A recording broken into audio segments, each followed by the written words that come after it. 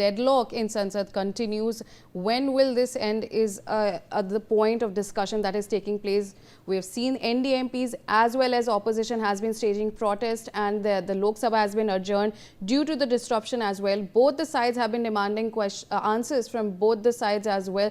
This is a political war of words, but the main, obviously, the focus points are a lot of things that are being amiss because of these disruptions. But on the other hand, my colleague has spoken to several MPs outside the parliament. Let's take a listen.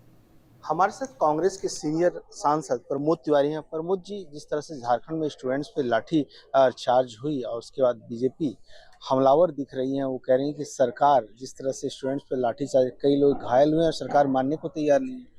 सबसे पहले BJP ये सुन ले, ये उन छात्रों का कबूलनामा है जो छात्र के नाम पर आए थे, जिन्हें बंगाल से और बिहार से भेजा गया था इस आंदोलन को उग्र और अशांति बनाने के लिए।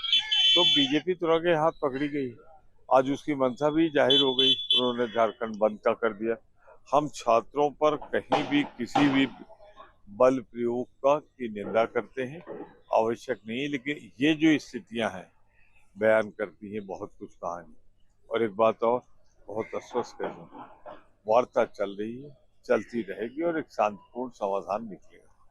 वहीं दूसरी ओर लगातार संसद स्थगित हो रहा है और बीजेपी कह रही है सरकार स्टूडेंट्स को लेकर के चर्चा करानी चाहती है, लेकिन आप लोग भाग रहे हैं, आप लोग नहीं चाहते। ये सरकार जो है अपने संवैधानिक दायित्व का निर्वाह नहीं कर रही। ये तो अब जाहिर हो चुका है। 17वां दिन है आज वर्किंग। जिस तरह गृह मंत्री शर्तें लगा रहे हैं, उन्हें जवाब देने ही होगा कि कील लगी लाठियां किसने चलवाई जनता में, ये पिलेट किसने चलवाए, ये महिलाओं के साथ अश्लील व्यवहार किसने कराया, इसका जवाब पहले वो दे ले, उसके बाद सदन की कार्रवाई। किरण रिजिजू कल आए, वो बोले कि हम जो है सो चर्चा के लिए तैयार हैं, अमित शाह जवाब दें, लेकिन आप लोग हंगामा ना करें। किस चर्चा के लिए? पहले इन सवालों का जवाब। स्टूडेंट। धन्यवाद। मनोहर केसरी, इंडिया न्यूज। हमारे साथ बीजेपी के वरिष्ठ सांसद रविशंकर प्रसाद हैं। रवि जी, आज आप लोगों ने मार्च निकाला है, प्रोटेस्ट किया है और राहुल गांधी से जवाब मांग रहे हैं, लेकिन वो भाग रहे हैं।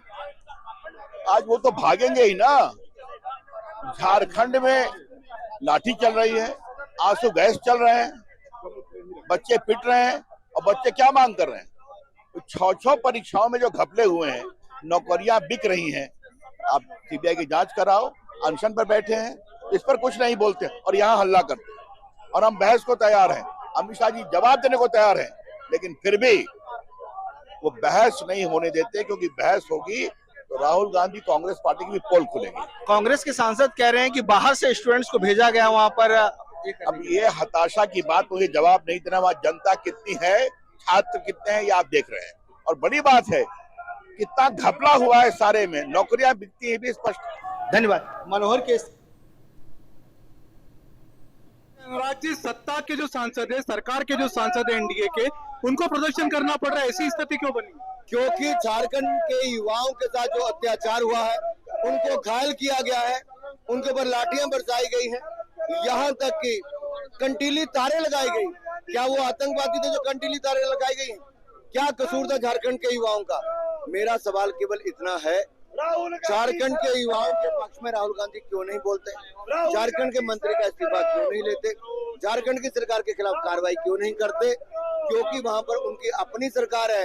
ये वैसा ही है जैसे राजस्थान में भी कांग्रेस ने शिक्षा मंत्री को, जहां 17 पेपर लीक हुए, उस राजस्थान की कांग्रेस की सरकार ने उनको प्रदेशाध्यक्ष बना दिया था कांग्रेस पार्टी का।